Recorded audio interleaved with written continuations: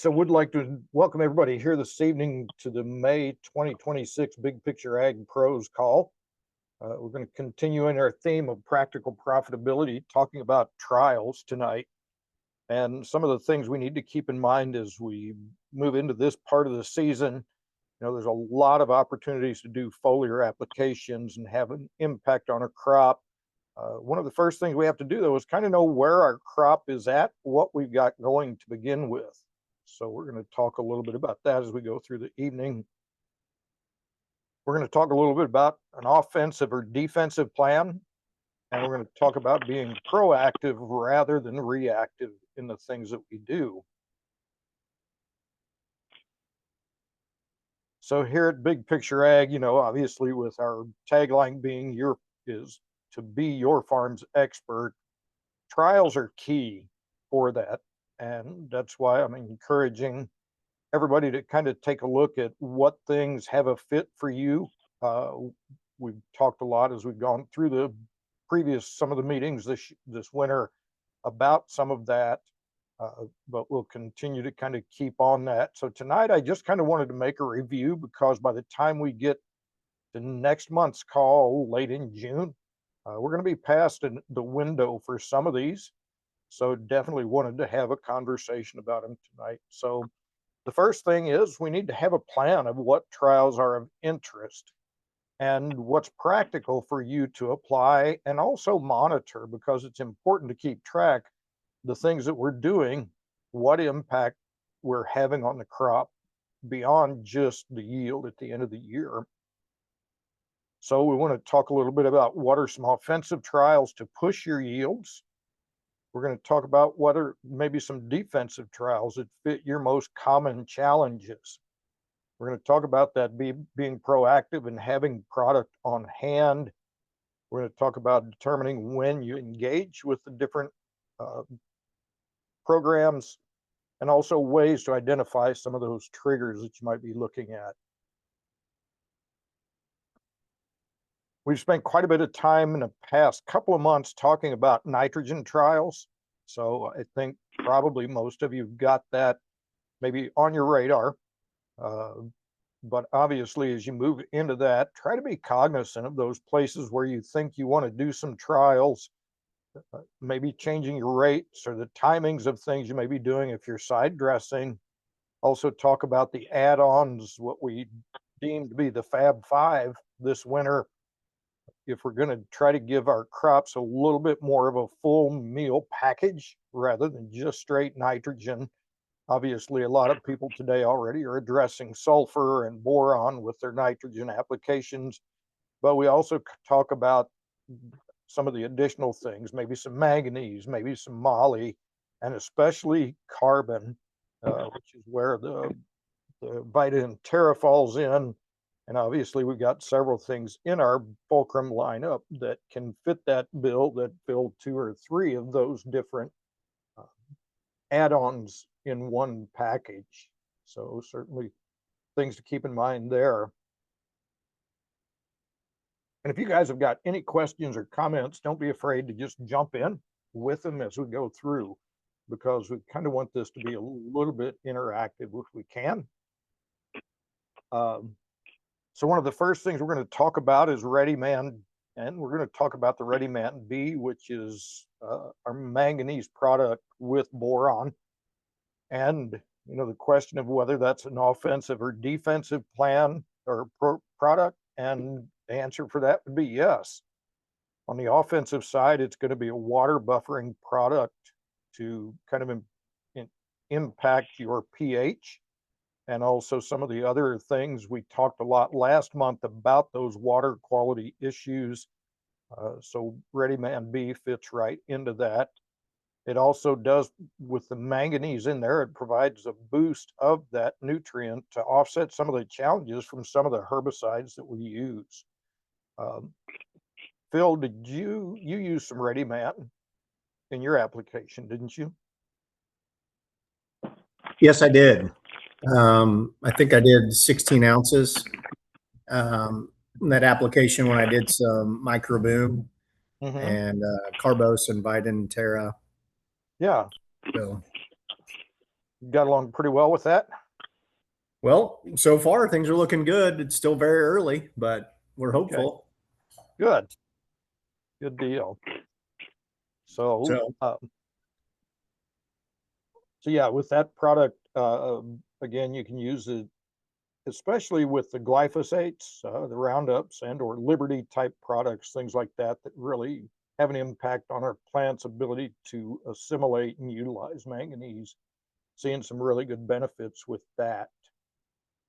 So, next product we'll talk about is kind of an old familiar, the Vita and Terra. The question of whether that's offensive or defensive, again, that's certainly a yes. On the offensive side, it increases the plant's photosynthetic efficiency. So in essence, that plant is going to create more sugar with the sunlight that it's collecting, which just helps plant growth. It helps feed the biology more so, gives the plant more sugar to exude out the roots. The great thing about it on the defensive side is it helps that plant metabolize the herbicide and get back to growing sooner. And especially as we get into the season, if we get into the time with soybeans that we're setting pods, or even with corn, getting into some of those ear initiation stages, helping that crop get that herbicide out of its system, get back to growing, can show some great advantages. Obviously, it's a very economical product to use. 16 ounces is $2.50, so pretty easy to use. Actually, that's a product everybody here on the call is familiar with, so won't spend too much time in that one.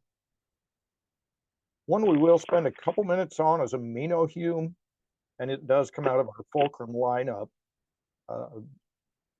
Philip and Josh added amino acids to the Vita and Terra, and it just kind of helps give that plant a little extra boost. So it's going to give you all the benefits that you would get of using Vita and Terra, but it's going to give you some of those amino acids to help that plant too. Those are becoming a big topic in the industry. So we're just trying to make sure we've got a player in the game. Can be used alone as a standalone application, but it can also be used with your post herbicide as a replacement for the Vita and Terra. So John, I know you've done some work with both of those products. Would you share kind of what you've seen with that? We tracked Vita and Terra Carbos application on a post pass. I've done it multiple years. The most recent one was this maybe 2 years ago. We were tracking it on corn. We had a 3 bushel gain, and then on soybeans we had just shy of a 5 bushel gain. So that would be just basically throwing in your Vita and Terra Carbos with your post app. Mm-hmm. So pretty easy application there. The other thing, then after that trial this last year, I wanted to test the Vita and Terra versus the aminohume, and I just did this on soybeans. But so my check was actually the Vita and Terra Carbos pass, which what I typically do, and then I checked it against aminohume Carbos, and the aminohume still beat the Vita and Terra. Last year it was about 3.5 bushel on my post pass on soybeans, and then I also checked it on a fungicide pass, and it was 4.1 bushels better. Okay. So some real nice gains there, and that's above what Vita and Terra was already doing. So I guess, yeah, I never had a check where I didn't have anything, which unfortunately, but anyway, I was just trying to check it against what I typically use, I guess, is why I did it that way. Yeah. Yeah, that makes sense. I mean, I appreciate all of the trials you do anyway. But when you start finding things that work, sometimes you just kind of stick with those. So again, the Vita and Terra is $2.50 an acre. The aminohume is $3.38.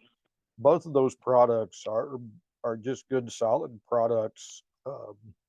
Seem to be showing some pretty good responses. So I will warn you, if you think Vita and Terra smells bad, amino hume is even worse.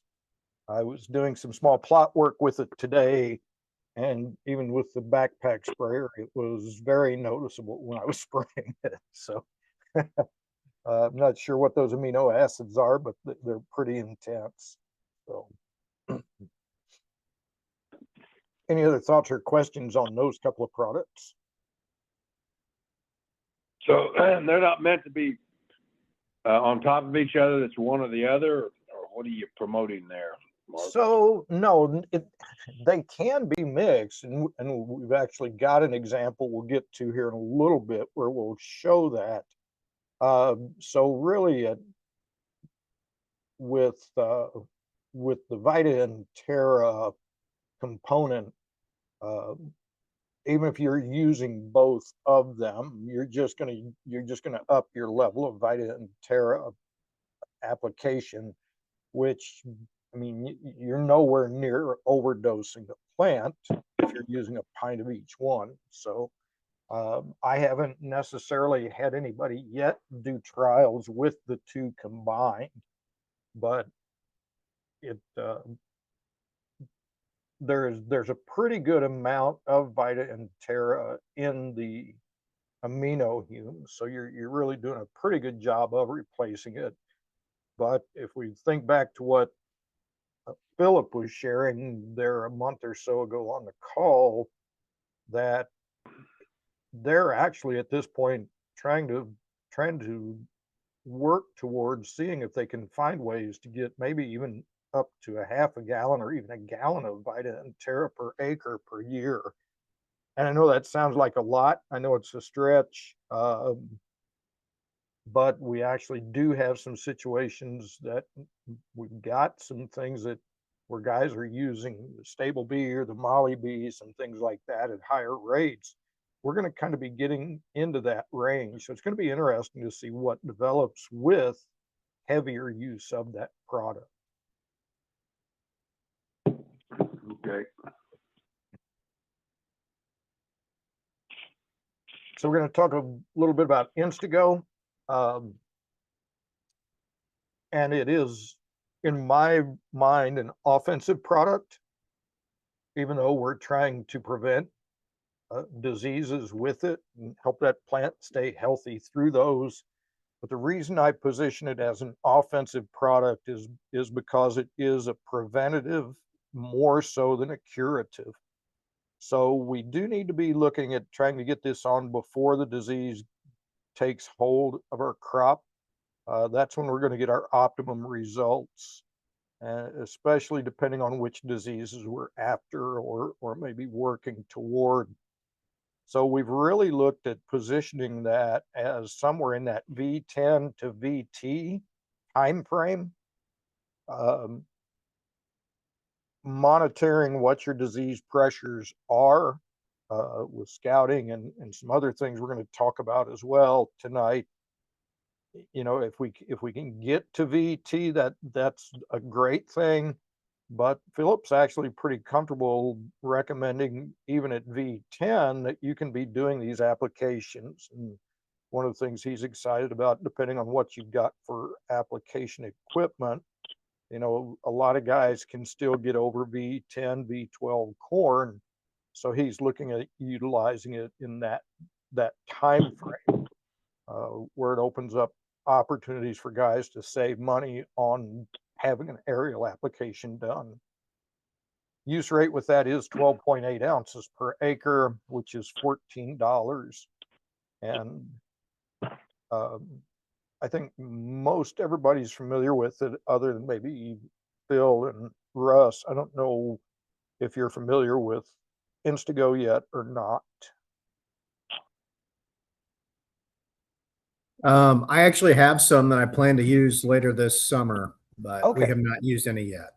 Yeah, okay. I couldn't recall exactly if Chris had spoken with you about that at that time, but okay, good. Yes. Good deal. Yep. Great.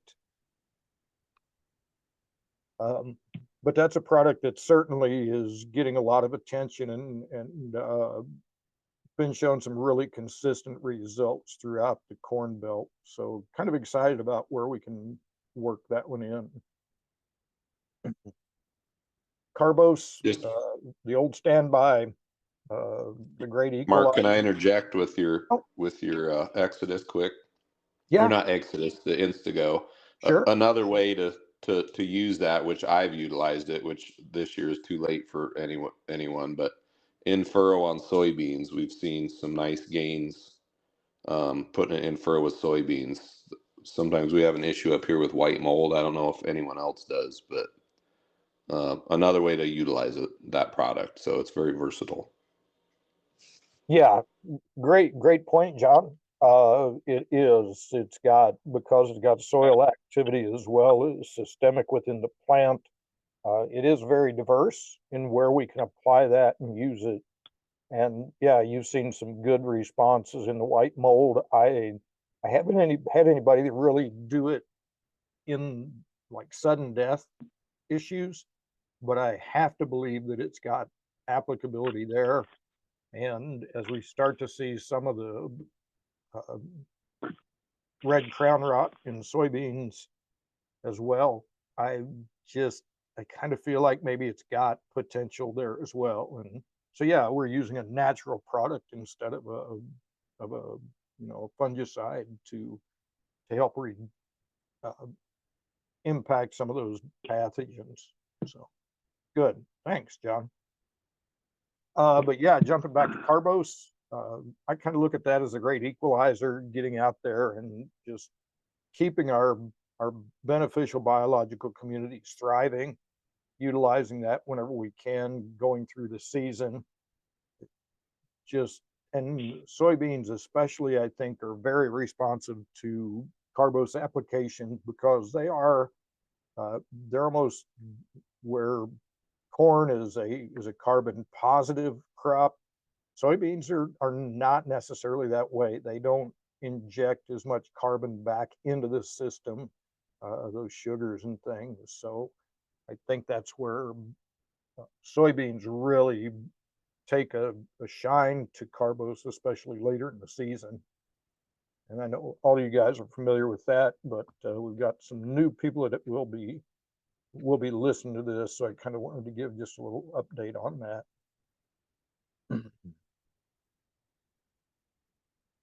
So now we're going to kind of move a little bit into some defensive strategy programs a little bit.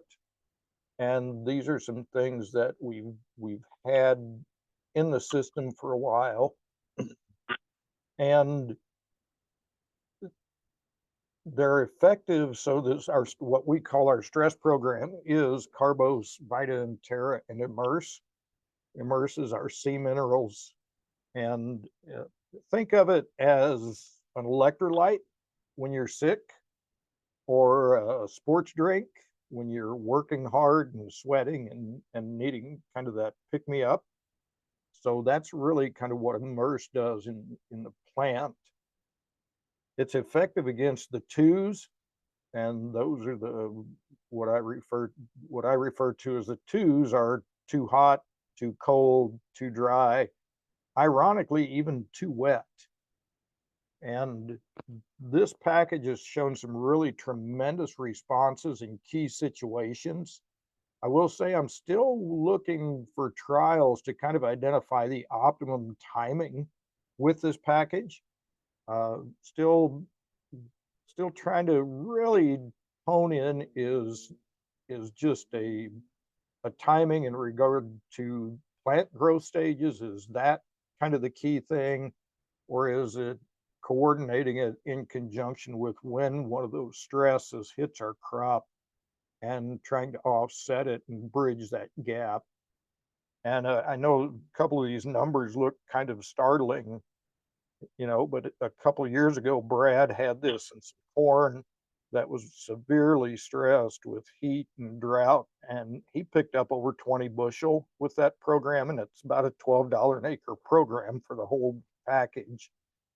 Last year, I actually had a gentleman up here in Northwest Missouri opted to give it a try. He flew it on some soybeans in early August, and he picked up 8 bushel in soybeans with a $12 investment. Needless to say, he's kind of looking at doing some more work with that this season. Again, if that's something that may have some appeal to you, really want to kind of talk about how we might want to position some trials if we're going to go with just certain growth stages, or if we're going to try to identify maybe when we hit some of those different stresses that we want to try to overcome a little bit. So just kind of keep some notes, any of these things that might be of interest, and obviously we can talk a little bit more about them one-on-one. And the next thing we're going to talk about is kind of a new concept. Well, I don't know that it's totally new. Philip was sharing it with me recently, and I kind of opted to put it in as a potential trial within our Big Picture Ag group in case somebody might want to give it a shot. And that is using the Carbos, Vita and Terra, and Amino Hume. Now, his rates here, what Philip is using, are a little bit lower. You know what? I think I made a mistake there, because Philip said that's not correct. Philip was still using 16 ounces, so I need to correct that. But Philip's using 16 ounces of Vita and Terra and 16 ounces of Amino Hume, along with 12.8 ounces of silicate. And silicate is our silica product.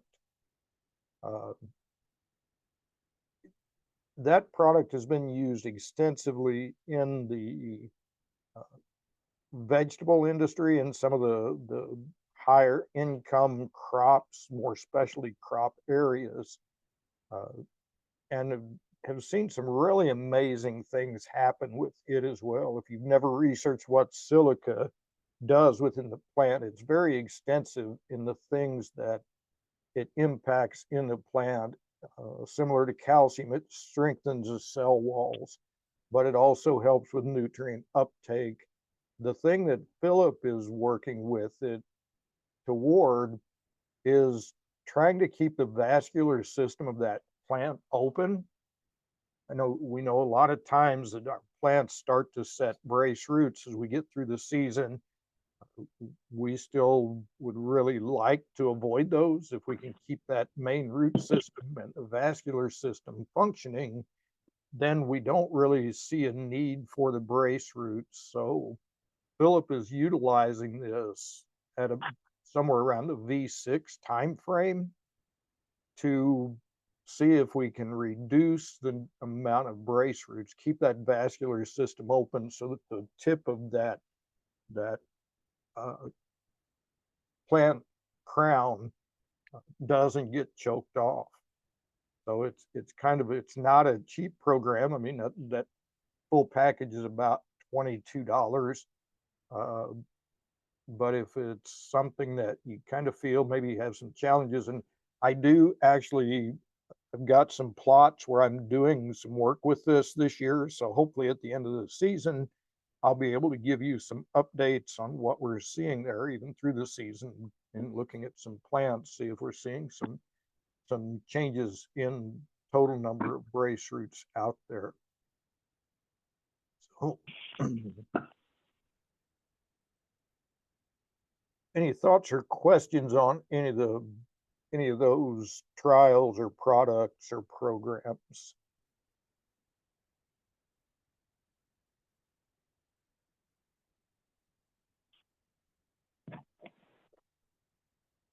Okay, so we'll just go ahead and step on into the next portion that we'll talk about.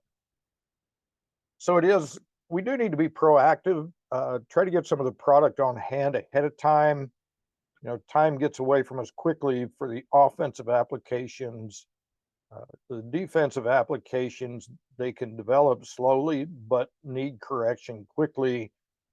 I know we all want to think that we're going to have a fantastic year and we're not going to get hot, we're not going to get dry. But we hope that the weatherman's wrong and we actually catch that rain, and then we wake up the day after and we didn't get it. and all at once it's like, oh man, maybe my plants are going to start stressing. Maybe I should do something. So if you've got it on hand, it's much easier to get in there at the optimum window. And one thing to keep in mind, if you're looking at some of these types of things like immerse or silicate, those products, they don't have biologicals in them, so their shelf life is even beyond 2 years of things with our biological products. So uh, if you're just looking at having a little bit on hand for some trial work or things like that, as you kind of get your feet wet, start to understand how they work for you, uh, you know it's not like you'll odds are pretty good that somewhere in the next year or two you have an opportunity to use some of the products. So just some things to keep in mind on that side of it. So now we'll spend a few minutes and talk about tracking your conditions and the crop stages, knowing where you're at. Those are key to a lot of the things we do, knowing what's going on with your crop. And we'll visit a little bit about what some of those opportunities are. Obviously, the GDD charts that we work with are a great help. They can really help keep you on track. And some of you that have got a couple of years worth of those charts in place, we can really start doing some comparisons and looking at under what conditions we're seeing our best yields. And they're really starting to show their worth in that. But obviously keeping our eye on the weather forecast. If we're going to be proactive in our approach, that means looking at what the forecast is giving us. If we see that there's no rain in the forecast for the 2 weeks, or our temps are going to start getting into that triple digit area, certainly keeping an eye on that and looking forward is important. The historical comparisons, I guess I kind of already jumped ahead in that, talking about what kind of things do you typically see. I refer to my I-70 corridor and my I-80 corridor, obviously across Kansas and Missouri. Not that you guys up north can't get hot, because you do, but more than likely across Kansas and Missouri, we know that pretty much every year we're going to deal with heat. A lot of times we potentially deal with some dry weather. So how do we look at trying to do something with that? One of the new tools that's out there that we'll talk about a little bit more is a crop protection network. And then we're going to hit on those last two items a little bit as well. So with the crop protection network, it's kind of a developing tool. It's been around for a little while, but I think they're starting to get more reporting, more boots on the ground, and probably better potential with it. And you can see their website is cropprotectionnetwork.org, and they've got some really helpful tools there. You can see on the side of the slide there that they're consistently watching soybean rust, corn leaf hopper, southern rust in corn, tar spot, different things. And if you notice over there on the right-hand side on the map, they actually, when you look for certain diseases or those counties where they're finding some challenges being reported, you can look at those and it'll give you an idea. They even have historical end of the year things like the southern rust, the last year that so many of us experienced. It's really interesting when you go back and look at the previous 2, 3, 4 years that they've got data on that, where that really became prevalent. And there were a couple of years it never really got up much past Missouri. The last year or two, it's certainly run up into Nebraska and Iowa pretty strongly. So they do report that. Not that it's perfect, but it's certainly a tool we should be starting to watch a little bit and see if there's things starting to show up, especially things like southern rust that blow in from the south. You know, if they're starting to see it south of you, then maybe we need to be keeping our eye out in our own fields. But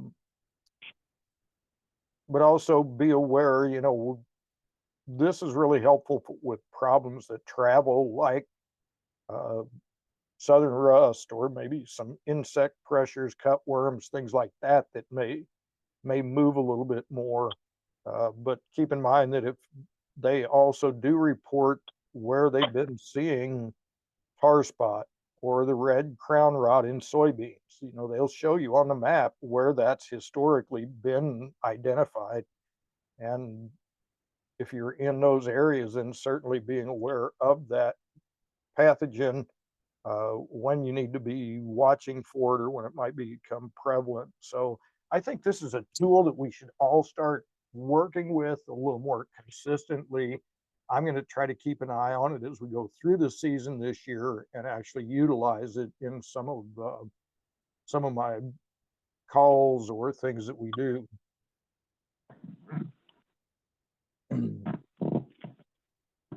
So the other thing I'll hit on briefly is the weather stations, and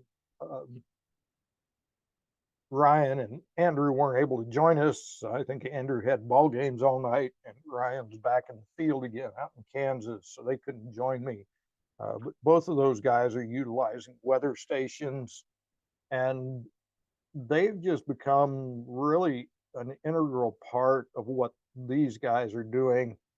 You know, Ryan does have irrigation, so he's utilizing it in that opportunity to kind of help learn better some of his irrigation timings and other things, but also including in, you know, temperatures and other things. And there are add-ons that you can do. You can see the basic unit will pick up rainfall, wind, direction, and speed, temperatures high and low, your soil moisture.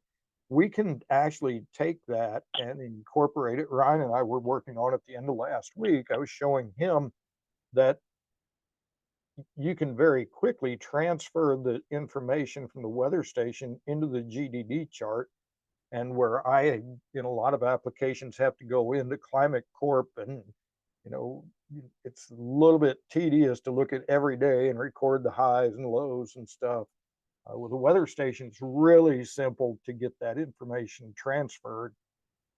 So, you know, if you're really intent on trying to optimize what you're doing, again, there are some add-on things you can do. Solar radiation is one of the things that we're kind of doing some monitoring on.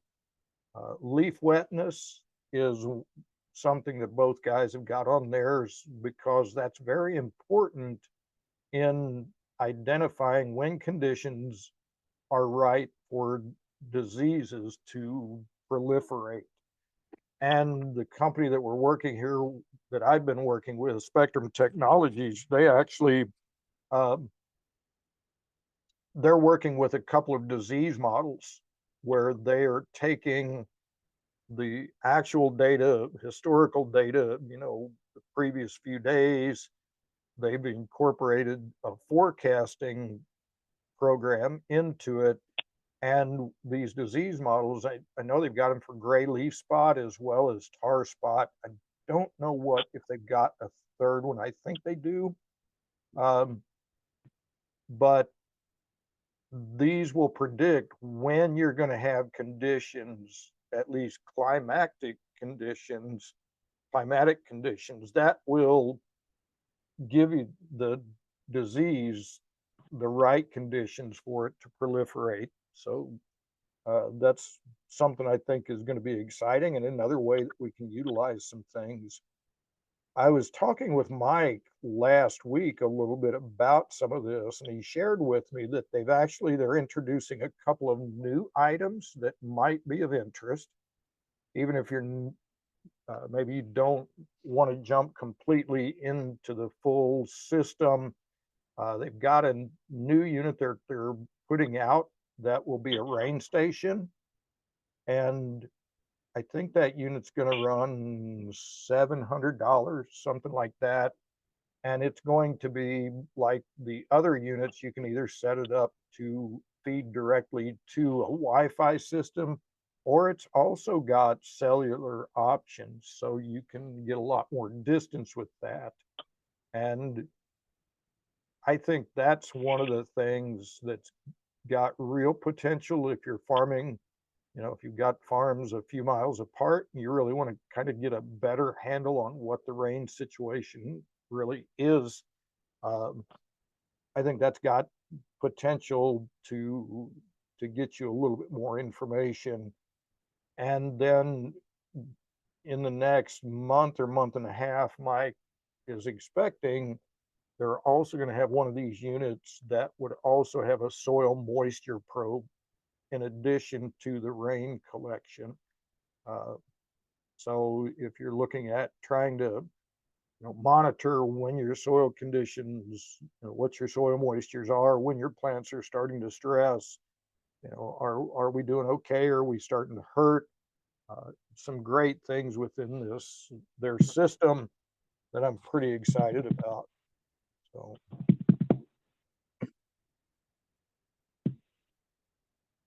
And then the last thing we'll talk about this evening is scouting. In my mind, seeing is believing. Nobody can really impart or implant the same knowledge as being in your own fields. And I think that's one of the things that has really come out of some of the high yield guys is how much being in your field makes a difference. And I know some of you guys have worked with, have started doing more and more of this. And I've seen some tremendous benefits or tremendous changes in what you really started to look at. So I think your scouting program needs to be beyond just the norm. It's not just, are my leaves striped? I've got a deficiency I should be looking for. Is there a disease I should be looking for? There are things beyond that we really look at. And I think it's moving beyond just the very basics is important. So some of the ways you can engage with that, obviously, you can follow the YouTube series that we've got, or that I've been putting together, the Read Your Crop Story series. I think all you guys have seen that, been a part of that a little bit. So trying to do those every 2 weeks. And we'll be showing some of those other things that I look for, that Philip's taught me to look for in the fields and in our crops.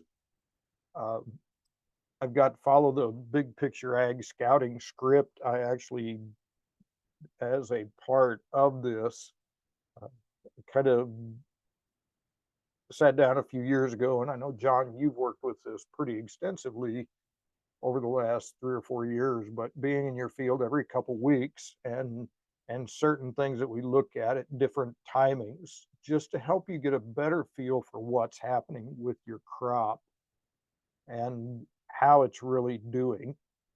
Because to me, what you see in the field is so much more important. And I know for sure that I've had so many guys, conventional wisdom is we need an inch of rain through August, to raise our best crop. And when we don't get that inch of rain for a couple weeks, people start to think that, well, I'm not going to raise great yields. And too many times the guys that are in their fields watching their crop are, they're learning different things, that even with dry weather in certain soils, it doesn't hurt as much as we think. So starting to understand that and read into that. And then the extension of that, outside of that, would be if you wanted to engage in the Big Picture Ag Specialist program, which is my one-on-one program where we talk every couple weeks. We walk through the scouting program together. I'm available to talk about any decision that that you're kicking around. A great example was this afternoon, Jeremy, one of my clients from over at Marthasville. call, and he's got a field of corn that kind of took it on the chin with potential frost a few weeks ago and some other challenges in parts of it, and just kicking around thoughts about should we replant some of that. You know, looking at the calendar, we're kind of at the tail end of what, you know, probably ideal, but we talked through what considerations it you know, could play into should we replant it or should we just take our chances with what we've got. So just trying to help you move forward in understanding your crops, your farm, your fields, your scenarios a little bit more. So I don't know, John, would you like to share any at all your experience, maybe since you and I have worked together in the with the scouting stuff? Yeah, I mean, I think the biggest thing, I guess, is just getting out in there and see what's going on. I mean, the drive-by doesn't do you much good unless you put some boots on the ground, but just seeing the crop stages throughout the year. And I mean, I like it just because, you know, it's I can see what's going on, and then me and you can talk about maybe what we've seen and what's changed. You know, some of the bigger things we've probably noticed is grain fill at the end of the year is interesting to me. And in my part of the world, how we've extended our grain fill period, you know, pack and weight in those kernels. So that's been always fun to track for me at the end of the year, showing that, you know, we've extended that time period with the applications and things that we're doing. Yeah, yeah, great example, because we've seen some tremendous strides happen in your crops. Mark, one of the programs you had, I think it was the one Philip maybe put together with the silicate. Mm-hmm. Is that, I mean, would you comfortable doing that with a drone, or do you think you need more gallons per acre with those products, or are you comfortable with a No, two I think a gallon drone. acre rate? No, I think a drone is sufficient because it is still a foliar application. Uh, one, I had it on the slide. I forgot to mention it. I think uh, silicate is a little bit of a finicky product, so you do have to be a little bit careful what all you mix it with. Now, the products in that package certainly are not going to be a problem, but in regards to trying to mix it with uh, fertilizers or other things like that, you have to be very cautious with, especially with the silicate product. So it's probably more of a standalone application. But yeah, I think any type of whatever application method you're used to, or you know, whether it's a drone or a ground or whatever, wouldn't shouldn't affect the efficacy of those products. Okay. I just thought it'd be an easy way, you know, if a guy want to do some trials or whatever, the drone's just easy to load up and go spray some acres or something. So Yeah, absolutely. Give Christian something more to do. yeah, I don't want him getting bored, you know. You know, one of the things I don't think I mentioned in kind of backing up when we talked about the stress program was Andrew wasn't able to be on a call tonight either. But last year, and John, you can probably reflect on this a little bit too, but he had a bottom field that had water standing, and I think his corn was somewhere about V6. It was fairly small, wasn't it, John, still? Yeah, it was a pretty early application because we were just catching so much rain early in the season. Yeah, but he literally had water standing in the field, and it was a couple inches deep, and it was there for several days. And John, I think he had Christian come over and spray the stress program over the top of that.